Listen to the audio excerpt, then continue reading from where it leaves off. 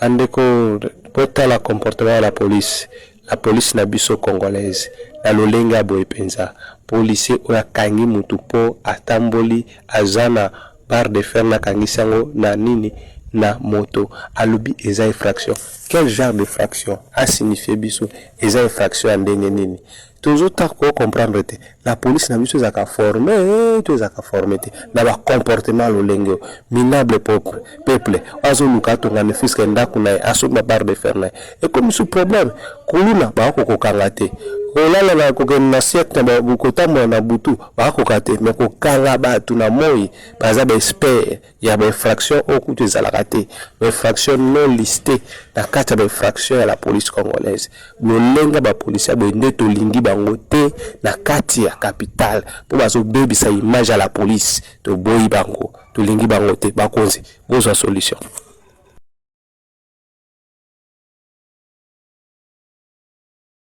Donc c'est là bon c'est bien les autres qui sont rapides mais document ils ont la zone de main là la gaz les impôts de l'état il y a le débat impôt ils ont le bien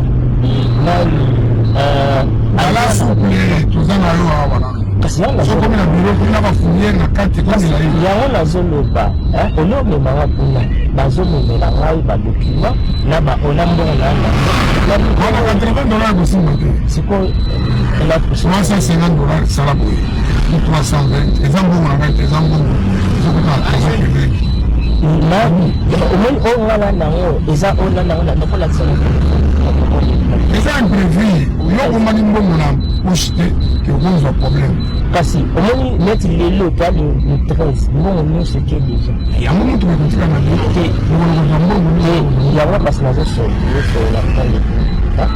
dans la souple parce que il a pas ok là quand ça passe 150 là tu à la munition il y a tika ça va pas bon bonjour bon soit tout la passe là bien la passe bon ok que tu es dans la cabine italienne kasi ok pour singo merci parce que comme la bureau pour répéter parce qu'il y a continue à des gens donc nous foutons la banque pour c'est $800 il y a on la zone au lieu de telemi kwa maneno hapa avec par rapport là il parce que la soupe le comme la bureau c'est imprévu mais yo de ce que les gens se tellement moi la zone se tellement moi la zone depuis pas là tellement yo de ce tellement il n'y a pas moins de $200 à ça il y a pas c'est pour ça pour yo parce que le bien que était commandant il m'a fait parce que comme il a dit on va vendre au centre zéro depuis quand la zone avait le mot tout est macaque tout ça est-ce que moi il y a ma télé là il n'y a pas de problème toujours solo là il n'y a pas de mais il ne sont pas moins de $200 mais c'est $200 parce que comme il a dit jamais là non on a ça nous ah oui je pense ça là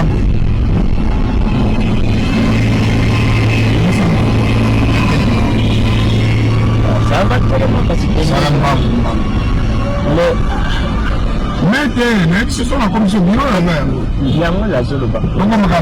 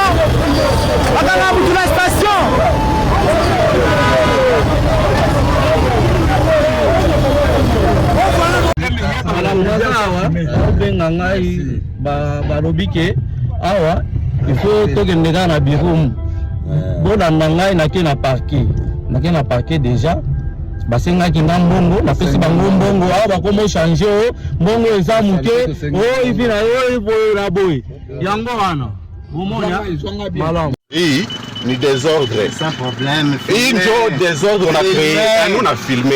Il y a désordre, on est d'accord, filmé. On attend l'OPJ le 20. Ok, ça va. Oui. Attendons. Oui, ça va, on attend. On est d'accord. On a fait une tracasserie. Sans problème. Une tracasserie. Même ça. Oui, on est d'accord avec ça. On est d'accord. On est d'accord avec ça. Sans problème. Ah, ok, ça va. Et puis ça problème. Tu vois, c'est on a créé un embouteillage inutilement. Sans problème. Tu vois, notre international filmer, fais tout ce que tu veux. On est d'accord. Nous sommes les agents qualifiés. Non, on attend l'OPJ. On attend l'OPJ. Ok, ça va. On est devant le bureau. On attend l'OPJ qu'il vienne. Attendons. Filmer, tout ça. Ça fait quoi? Filmer. Tout ça, c'est toi qui as créé. Alors, tu vois ce que tu fais. Je n'ai pas tort. Congolais comme ça. Je n'ai pas tort. J'étais en ordre. Avec le comportement pareil comme ça. Monsieur, avec le comportement pareil. Et puis vous êtes en train de me filmer. On attend l'OPJ qu'il vienne. Je te filme parce que c'est une infraction. Ça va, fais tout ce que tu veux. Je suis d'accord. Ça c'est jouer avec l'État. Qui vous a donné l'ordre de faire tout ceci qu'il est en train de faire? C'est ma Swahili, c'est ma frère. C'est bien, je vous maîtrise très bien. On attend le chef qu'il vienne. Chef, au moins il a filmé là. Il a filmé parce qu'il est commandant. Bonjour papa. Vous savez là. Peuple congolais, nataki chauffeur oyo. J'espère que vous nazo filmer yango parce que nakangi alobi azomemanga efa na bango. Peuple congolais bino moko bozomona nga nalingi makelele te nakangi na yebiso tokende bureau alingi te alors azomema ngai soki kota azomema ngai nayebi te naye nakangi ye ndenge aza wana kote to azomema nga nakokende na ye nazoyebisa papa kita ngai te okita te eti mokonzi tokende nayo bozoyoka te merci mema ngai esika to omoni omema ngai loko ozomema nga mema ngai tokei kitisanga na oloba kitisanga oti wapi nga nakangi yo eza likambo ya kosolola c'était prévu tosolola nga na yo depuis lompenga bomemi nga ti likolo merci continue bakonzi bomona tozomona peuple congolais oyebisa ngai voilà mon fils fait ceci nga na nani loko loba te au préalable c'est ça doit décontenir là pour ça les contrefaçons retiennent là ok on fout la banque ça c'est moi j'ai bien été commandant moi je m'arrête là c'est vous peut-être vous me dire un mot mais moi en tant que commandant c'est ça la manne de bien c'est Yokani et vous faites pour le faire mais je vois tout à votre nom c'est que vous êtes responsable tout à votre nom je vous prends déjà en responsable tout à votre nom c'est tout. Moi je vous écoute papa. Mais le corps le banon. Ah, oyo koyebisa ça va ngana ki hôpital omoni oyo koyebisa ngana volonté na bika papa boye sunga na mai ngana okende hôpital te eloko eza te ngana bon otangi yo bon otanga classe yo oui natangi na mbongo na te yangai te otiaki ndambu nga mpe aire moko okome essouffle nga na salaki papa pas de souci mais aire moko okomaki essouffle na sungaki yo mpe lelo nakoma osunga mpe bana na yo voilà na doigt na yo donc comprendre que so na atolobi ya wana mwana te nani eloko mosusu awa naza na eloko mosusu te na je comprends te awa eloko lisusu eza te nakokanga pwani oza papa na comprendre na nga kaka naye bongo mpo na urgence nayebi nzela wana na bagent d'état batosala neti omoni ngai naboyi na ngai naboyi na se présenter po so na se présenter pa na yo so na se présenter pa na yo peut-être okopesa nga mpe esu biere nayebi si oyo ya solo okoloba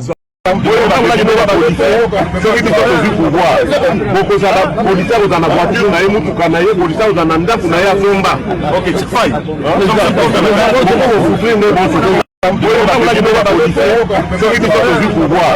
bokozala policier kozala na voiture na ye mutuka na ye policier kozala na ndako na ye asomba okfai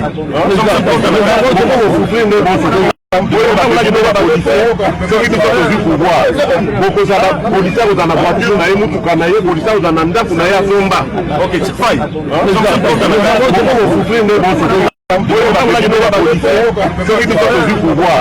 bokozala policier kozala na voiture na ye mutuka na ye policier kozala na ndako na ye asomba okfai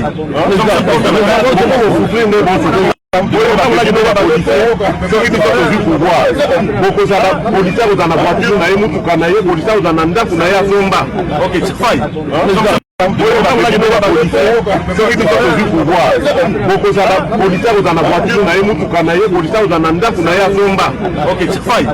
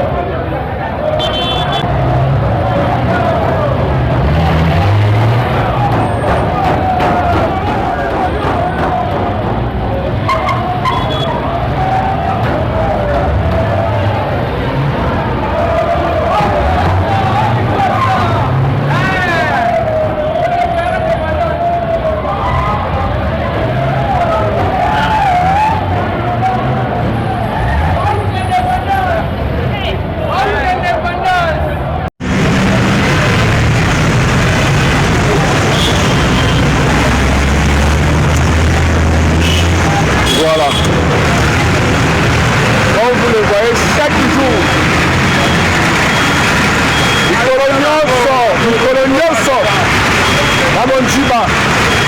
Biso soki ekomika na Pont d'Arc akotisa s'opposé oyo akodela na Top Congo. Distance moko ya à peu près 300 mètres. À peu près 300 mètres. Bapréféraka kosala yango toujours na sens opposé.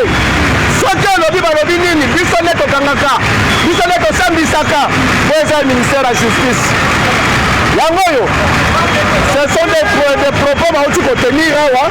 Alors moi je ne discute pas nga natelemi kaka mpona application code de la route. Merci. Bonjour tout le monde, c'est inacceptable. Bandeko batinenga vidéo tout à l'heure à aboyer, nous avons un casting mais na quand même mon sala. C'est inacceptable. Comment est-ce possible un policier a joué drapeau ya mboka ou est éliminé na souciette à longoli yango a keina yango za ko pesa mboka en quelque sorte. Et ba population ezo benga ye zongi sa boya keina yango parce que ça sali mon cas ne peut sentiment na ye. Natali vidéo yango malamu oyo eza lokola na quartier Kauka côté à Wenze Makolongo papo kiki chasa yango toyebi yango mwa malamu penza to na vidéo oyo. Isa longoli drapeau na souciat akina ngo wapi?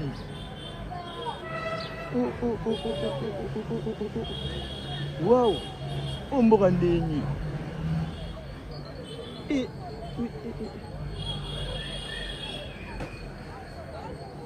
Policier longoli ne drapeau na souciat. C'est quel pays ça? Wow! Wow!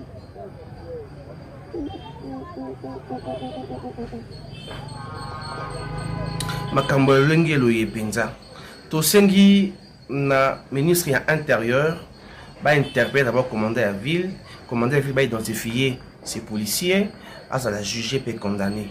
Mibeko sengili to samara kat na mboka. Comment est-ce possible drapeau ya mboka etelemi ozo pesa mboka na miso boyi na mokolo boko ozo pesa mboka. C'est quoi cette histoire? Respecte pour notre drapeau ya mboka ezalité. C'est quel genre de policier? Armée ezali esika discipline militaire ezo longwa kati ya bato mosusu boni makambo ezo salima na kati na mboka. Toujours c'est la penza était ba sanction très sévère et salim parce que na vidéo oyo on peut bien identifier et pas il kambo salimi ngana moni yango et salimi na quartier Kauka côté à Wenze Makolongo parce que naza kino na yibi na tambola kana zo yemoni sika iwana eza côté à Wenze Makolongo côté paroisse Sainte-Marie Goretti. Merci na ba konzi ya mboka ba konzi ya la police va identifier ces messieurs.